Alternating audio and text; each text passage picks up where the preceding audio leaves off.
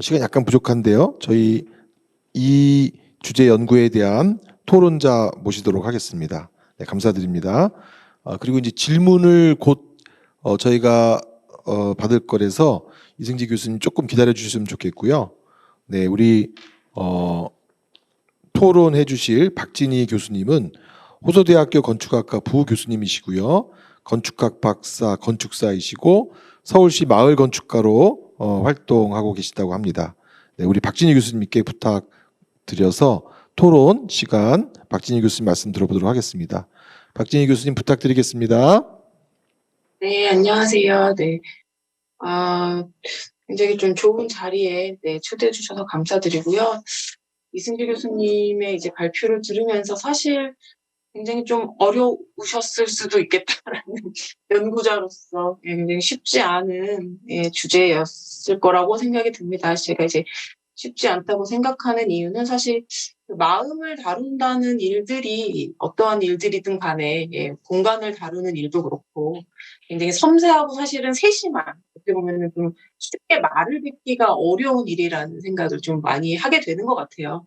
더군다나 좀 굉장히 현대인들은 어쨌든 치유가 저는 굉장히 많이 필요한, 그리고 치유 공간이라는 게 더 많이 확대되어야 한다고 생각을 하는데, 거기에 이제 또 트라우마를 경험하신 분들에게 필요한 공간은, 누군가 경험하지 못한 사람들이 사실 얘기하기에는 좀 어려운 부분들이 있고, 그리고 또 그게 추모라는 것과 같이 연계가 되는 것들이 있다 보니까, 단순한 치유를 넘어 굉장히 다양한 생각들을 좀 할 수밖에 없는 것 같습니다. 그래서 굉장히 좀 열심히 하신 연구라는 생각이 들었고, 그냥 제 경험으로 조금 말씀을 드리면 저는 이제 아무래도 학교에 있다 보니까 학생들하고 설계, 이제 건축에 대한 이야기들, 공간에 대한 이야기들을 좀 나눌 기회가 많은 것 같아요.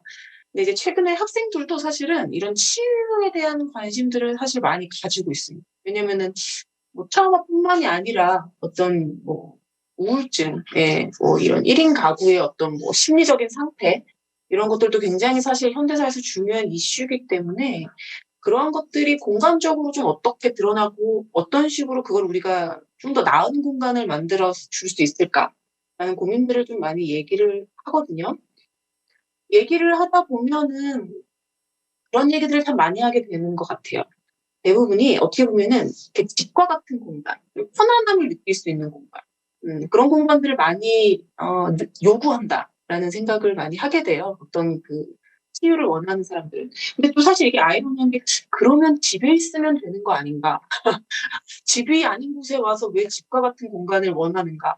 라는 생각도 사실 일면 들기도 하는데 결국은 사실은 이 공간이 가지고 있는 가장 큰 힘은 집과 같은 공간이긴 하지만 거기에 갔을 때 내가 이제 위로를 나를 해주는 공간이 있냐 없냐라는 그 문제만으로도 사실 굉장히 큰 의미가 있다고 생각합니다. 그래서 그러한 것들이 어떻게 보면 이런 센터의 존재의 가장 큰 이유일 수도 있을 것 같아요. 누군가가 나를 위로해주는 장소, 위로해주는 공간이 있느냐 하는 것과 그리고 그런 공간에 갔을 때는 조금 더 사회, 집과 같은 분위기긴 하지만 거기서 내가 집을 넘어서서 누군가 사회적인 관계를 또 맺을 수 있는 그 가능성.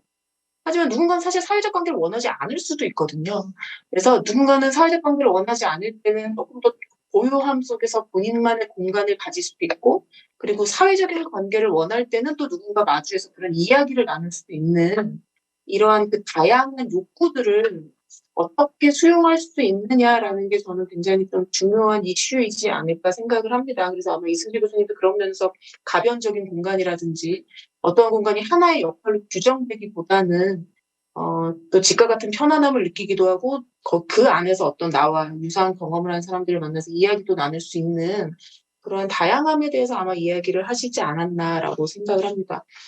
그래서 저는 이제 건축을 하고 공간을 만지는 사람이다 보니까 그럴 때 가장 중요한 게 뭔가라는 생각을 많이 하게 되는데 저는 그럴 때 생각하는 게 사실 복도라는 공간이 되게 중요하다고 사실 생각을 많이 해요.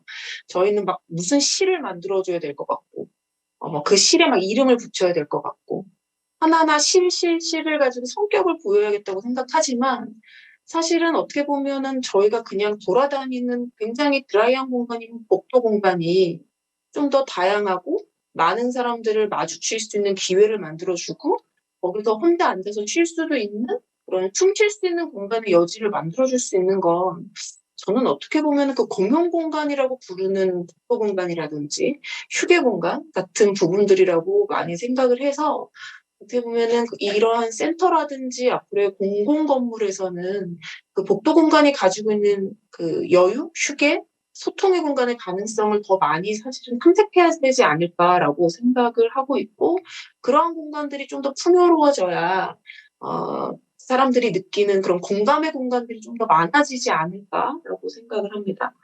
그리고 또 하나 제가 좀 더 중요하다고 생각하는 건 아마 다들 공감을 하시는 거는 자연일 것 같아요. 예. 자연, 지금 이승철 교수님 배경도 굉장히 녹지가 푸르른 배경을 하고 계신데, 이 자연하고 어떻게 하면 함께하는 애가 결국은 사람에게 있어서 치유의 가장 큰 모티브가 되지 않을까라고 생각을 합니다. 근데 그러면 저희는 보통은 다 그냥 무슨 외부에 벽원을 만들고, 외부에 뭔가 산책을 하고 하는 걸로 생각을 하지만, 사실은 어떠한 건물이 벽으로 막혀져 있는 공간이 아니라 거기서 만들어지는 하나하나의 창, 그리고 거기서 바라다 보는 자연의 풍경들이 결국은 치유에 있어서 저는 가장 큰 핵심이지 않을까라고 생각을 하고요. 그렇기 때문에 그렇게 다양하게 자연과 공존하는 방식을 고민하는 게 이 치유의 환경에 있어서는 굉장히 중요하다라고 생각을 합니다. 그리고 아까 이제 이승재 교수님도 말씀하셨지만 사실은 치유라는 건 저도 예전에 어떤 외국 논문에서 봤는데 이 공감각적인, 다양한 감각을 통해서 이루어지는 게 굉장히 중요하다라고 하더라고요. 저희는 막 이렇게 당연히 어떠한 그거를 갖다가 저희만 해도 이제 건축을 다룰 때 그거를 어떤 뭐 그냥 뭐 어떤 색깔, 뭐 어떤 어떤 칠의 크기 이런 것들은 다 그냥 어떻게 보면은 굉장히 고정시켜 놓고 생각하는 경우들이 많은데 사실은 공간의 어떤 다양한 크기 자체도 사람에게는 다양한 치유의 심리적인 감각을 줄 수가 있는 거고 또 그런 것들이 어떤 촉각을 가지고 자연적인 촉각들을 조금 더 사람들이 손으로 느낄 수도 있고 냄새로도 느낄 수 있고 그걸 시각적으로도 느낄 수 있고 하는 그러한 공간학적인 그것들에 대한 연구나 아니면 방법들은 아마 앞으로도 좀 다양한 형태로 있는 것이 이 치유 공간을 조금 더 활성화하고 짓는데 좋지 않을까, 개선하는 데 좋지 않을까라고 생각을 합니다.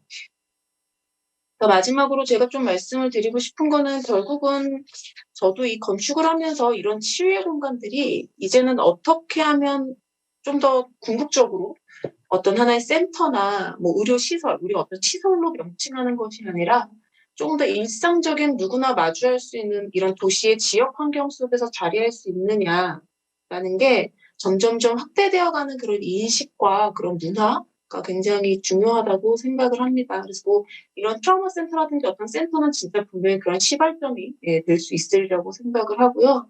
아마 이러한 트라우마 센터라든지 이런 시설들이 조금 더 도시에 가깝게 누구나 좀 쉽게 접근할 수 있고 그리고 그런 것들이 저희가 그냥 일상에서 어떤 무슨 큰 건물이 아니더라도 작은 공간 하나하나라도 조금 쉽게 접근해서 치유의 느낌을 받을 수 있는 공간들이 확대된다면 좋지 않을까라고 생각하면서 오늘의 발표를 들었습니다. 네, 오늘 여기까지 하겠습니다. 감사합니다. 네, 감사합니다. 우리 박진희 교수님 아주 의미 있는 토론 감사드립니다.